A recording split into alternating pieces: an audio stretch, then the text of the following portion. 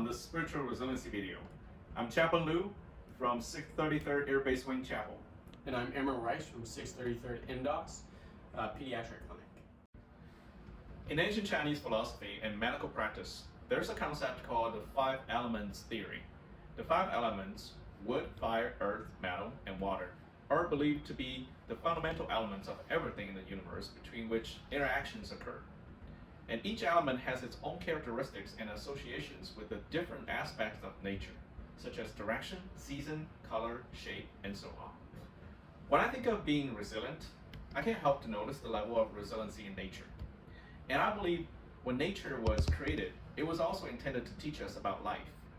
So based on the 5 elements theory, I created what I call the 6 element spiritual resiliency. What the 6th element? You will see in this video. Before I dive into the explanation of each element, and I want to ask us to think of this question: what makes us spiritually resilient?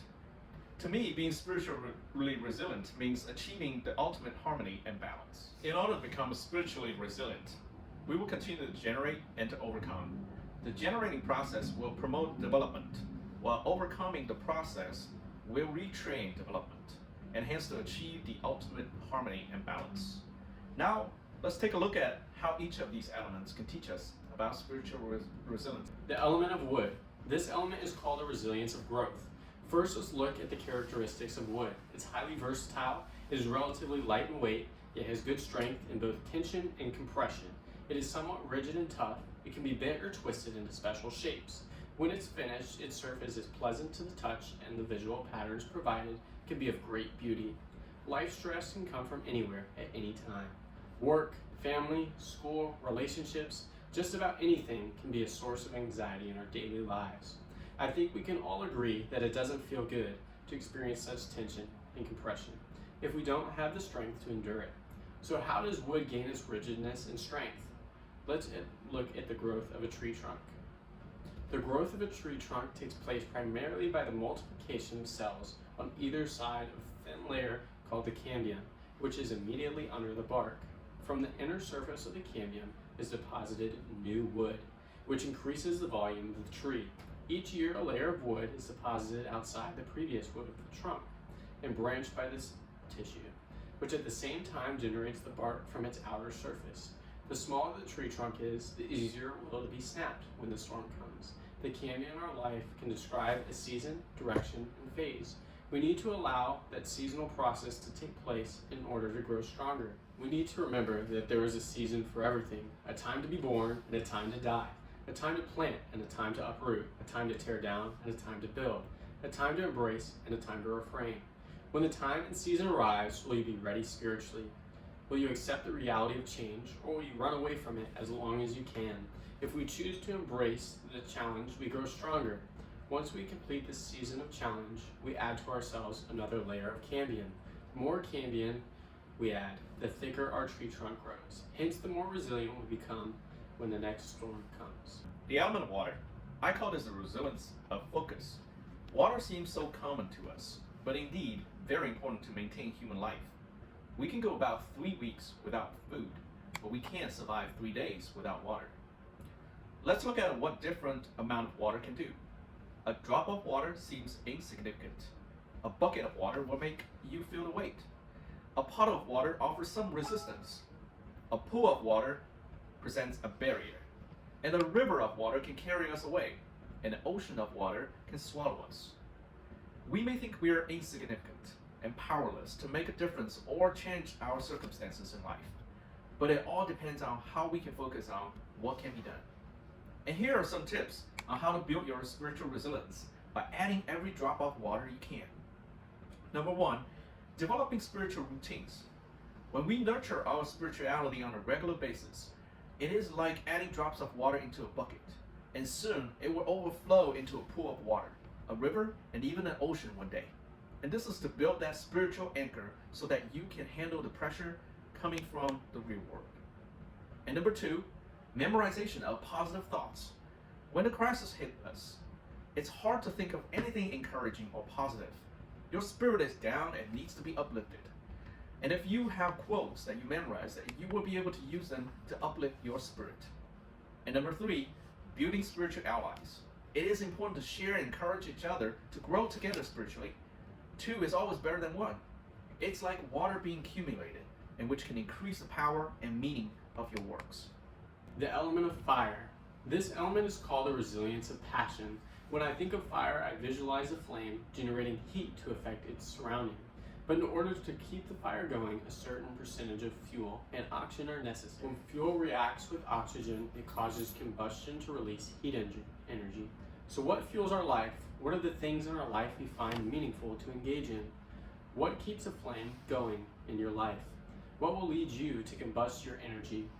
Finding a life purpose is a key to this element of resilience. We need to periodically meditate on these questions. What do I value the most in my life? Where do I place my trust in, both myself and the community around me? Am I exploring other possibilities in my life that can enrich me? How much do I know about myself? Do I know about the good, the bad, and the ugly? Am I in touch with my spirit? Remember, your spirituality will affect your physical and mental status. Am I alone in this pursuit of my passion? How do you share with others who have a similar passion in order to encourage each other? The element of metal. This element of resilience is what I call the resilience of creativity. Metals are typically malleable or ductile. It can be melted under extreme temperatures and pressured to create different shapes and forms. Once it is shaped and formed, it can withstand a tremendous amount of pressure and shock depending on how robust its forming process was. And we can easily see the strength and resilience of some metals as they are being used in most vehicles, many home appliances, tools, pipes, railway tracks, buildings, and various constructions. In order to achieve such strength and resilience, the metallic elements first have to be willing to go through extreme temperatures and a tremendous amount of pressure to allow its creator to shape and form it into the final product. Think of yourself as a metallic element, going through the process of refinement. When you face pressure and stress, and you want to remind yourself not to be frightened or dismayed, if you have a solid spiritual anchor to rely on, and you want to hold on to that belief that once that process is complete, and you will receive that calling given by your Creator to fulfill the very purpose of your life. The element of earth. I'd like to associate this element with the resilience of the communities. Humans are made to have relationship with each other and our surroundings. Our community will have an impact on our spiritual wellness and vice versa. It is not healthy for us to live in isolation. In fact, the punishment we give to criminals is solitary confinement. We are not created to live simply for ourselves.